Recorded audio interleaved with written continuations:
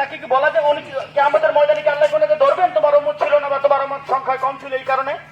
মনে রাখবেন, সত্য যারা থাকে তারা যদি কম সংখ্যায় হয় তারা সত্যের পথেই আছে, তারা যদি বেশি সংখ্যায় হয় তারা সত্যের পথে আছে। কাউকে ভোট দিয়ে জিতানো আমাদের দায়িত্ব না, আমাদের দায়িত্ব আমরা ভোট দেয়া। জিতানোর মালিক কে বলেন তো প্লিজ?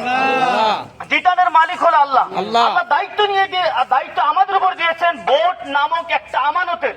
সেই আমানত আমি এমন কারো উপর দিব যে আল্লাহ এবং তার রাসূল সাল্লাল্লাহু আলাইহি ওয়াসাল্লামের যে পথ মত সেইটাকে প্রতিষ্ঠা করবে, কোরআন এবং সুন্নাহর যে আইন সেইটা বাংলাদেশের জমিনে প্রতিষ্ঠা করবে। আমি এমন যদি কাউকে ভোট দেই যে কোরআন এবং সুন্নাহর আইনকে প্রতিষ্ঠা করবে না, সে তাগুতি মতবাদকে প্রতিষ্ঠা করবে, মনে রাখবেন কিয়ামতের ময়দানে আল্লাহর কাছে আপনাকে কঠিন ভাবে জবাবদিহি করতে হবে। সেদিন আপনি কোনদিন পাশ কেটে যেতে পারবেন না, কারণ সেখানে ছুটার কোনো সুযোগ নেই। আল্লাহ বলছে ইন্না বাদশা রাব্বিকা লাশাদীদ, আল্লাহর ধরা অতি শক্ত।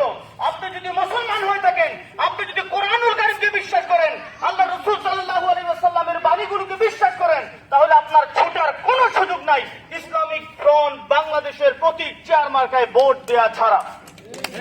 বাকি যেই দলগুলো রয়েছে আপনারা জানেন আর ইসলামিক দল এই দেশে রয়েছে, কিন্তু তাদের আকীদার গলদের কারণে আমরা তাদের সাথে একত্রিত হতে পারি না।